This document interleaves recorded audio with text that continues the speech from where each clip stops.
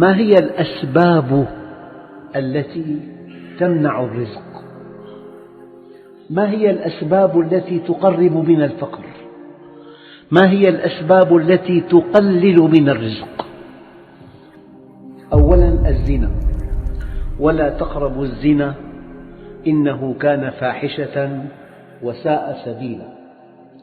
لعله هناك عقابان للزنا: عقاب سببي يصاب الإنسان بأمراض خطيرة جدا، منها فيروس الإيدز الذي قضى على عشرات الملايين من أهل الأرض.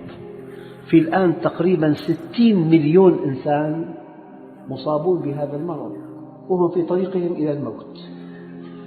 وعن علي بن أبي طالب رضي الله عنه أنه نقل عن النبي صلى الله عليه وسلم قوله: في الزنا 6 خصال، 3 في الدنيا و3 في الآخرة، أما اللواتي في الدنيا فيذهب ببهاء الوجه ويورث الفقر وينقص العمر، وأما اللاتي في الآخرة فيورث السخط وسوء الحساب والخلود في النار.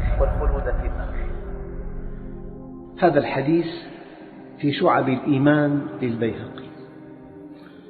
صدقوا أيها الإخوة، وقع تحت سمعي قصة أن رجلين ممن يعملان في طلاء السيارات في هذا البلد ذهبا إلى ألمانيا ليستوردا سيارتين، قصة قديمة، وعادا بالسيارتين برا. نزلا في فندق في بلدة من بلدان أوروبا الشرقية. يقول لي أحدهما: بعد الساعة 12 طرق باب الرجلين من قبل امرأتين.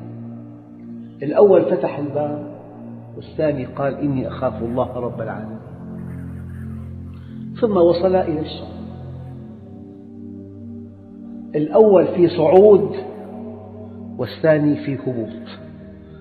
الثاني ضاقت الأحوال به، باع محله، طلق زوجته.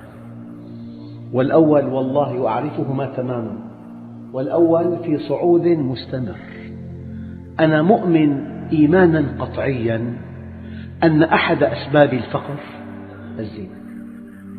هذا الحديث الشريف يقول عليه الصلاة والسلام فيما رواه ابن عمر رضي الله عنهما: الزنا يورث الفقر.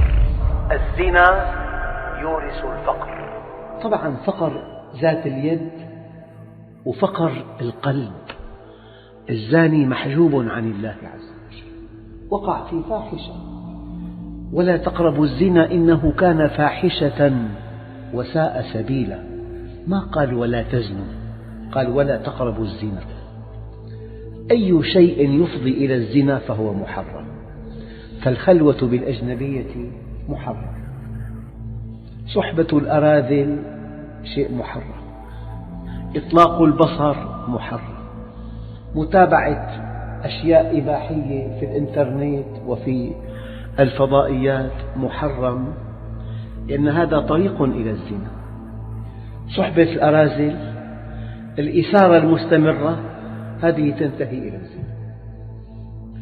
أيها الإخوة، السبب الثاني للفقر نقص المكيال والميزان. استمعوا إلى حديث رسول الله صلى الله عليه وسلم وكأنه بيننا: يا معشر المهاجرين، خصال 5 إن ابتليتم بهن أعوذ بالله أن تدركوهن: لم تظهر الفاحشة في قوم قط حتى يعلنوا بها إلا فشى فيهم الطاعون والأوجاع التي لم تكن في أسلافهم. هل هناك أوضح من هذا الكلام في موضوع فيروس الإيدز والأوجاع التي لم تكن في أسلافهم؟ ولم ينقصوا المكيال والميزان إلا أخذوا بالسنين، القحط، الجفاف، إلا أخذوا بالسنين وشدة المؤنة وجور السلطان عليهم، ولم يمنعوا زكاة أموالهم إلا منعوا القطر من السماء، ولولا البهائم لم يمطروا، ولم ينقضوا عهد الله وعهد رسوله إلا سلط الله عليهم عدوهم فأخذوا بعض ما كان في أيديهم. بكل حرب في الشرق الأوسط تنتقل مئات مليارات العملة الصعبة من الشرق إلى الغرب، إلا أخذوا بعض ما في أيديهم. وما لم يحكم أئمتهم بكتاب الله عز وجل إلا جعل الله بأسهم بينهم. حروب أهلية. هذه المعصية الثانية، نقص المكيال والميزان والحكم بغير ما أنزل الله، أحد أسباب الفقر. نحن مع حديث رسول الله الذي لا ينطق عن الهوى، ومع القرآن الكريم كلام رب العالمين. المعصية الرابعة منع الزكاة. قال عليه الصلاة والسلام: ما نقض قوم العهد قط إلا كان القتل بينهم، ولا ظهرت الفاحشة في قوم قط إلا سلط الله عليهم الموت، ولا منع قوم الزكاة إلا حبس الله عنهم القطر. في إحصاءات قد لا تصدقونها، 5% فقط من أغنياء المسلمين يدفعون زكاة أموالهم، 5% فقط. وفي حديث آخر يقول عليه الصلاة والسلام: ما منع قوم الزكاة إلا ابتلاهم الله بالسنين. الرابع الربا. يقول عليه الصلاة والسلام: ما من قوم يظهر فيهم الربا إلا أخذوا بالسنة أي بالفقر، وما من قوم يظهر فيهم الرشا إلا أخذوا بالرعب. الربا يؤدي إلى الفقر، والرشا تؤدي إلى الرعب.